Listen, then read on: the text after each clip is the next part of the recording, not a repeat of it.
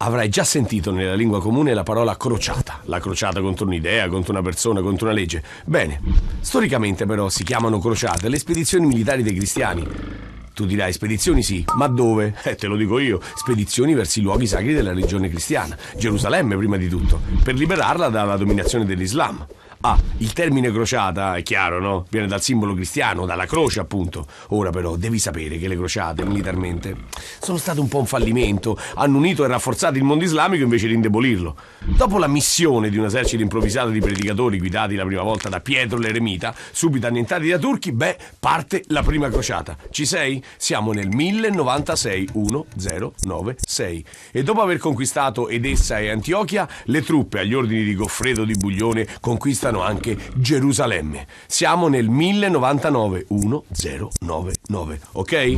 Un secolo più tardi, ad opera di Salah ad-Din, il famoso Saladino, Gerusalemme viene ripresa dai turchi e lì siamo al 1187, 1187. Ma hai seguito fin qui? Bene, ora ricorda che tutti i tentativi fatti negli anni seguenti di riprendere la città non vanno a buon fine e al termine del XIII secolo, ovvero alla fine del 1200, tutto il mondo cristiano viene definitivamente estromesso dal Medio Oriente. È vero, dobbiamo dircelo, anzi, dillo ai professori, politicamente e militarmente le crociate sono state un insuccesso, ma dal punto di vista economico hanno avuto una certa importanza per l'Occidente, hanno portato un grande sviluppo commerciale e aperto mercati tutti nuovi. Le repubbliche marinare italiane, ad esempio, ne hanno tratto molto vantaggio. Hai capito? Mai seguito?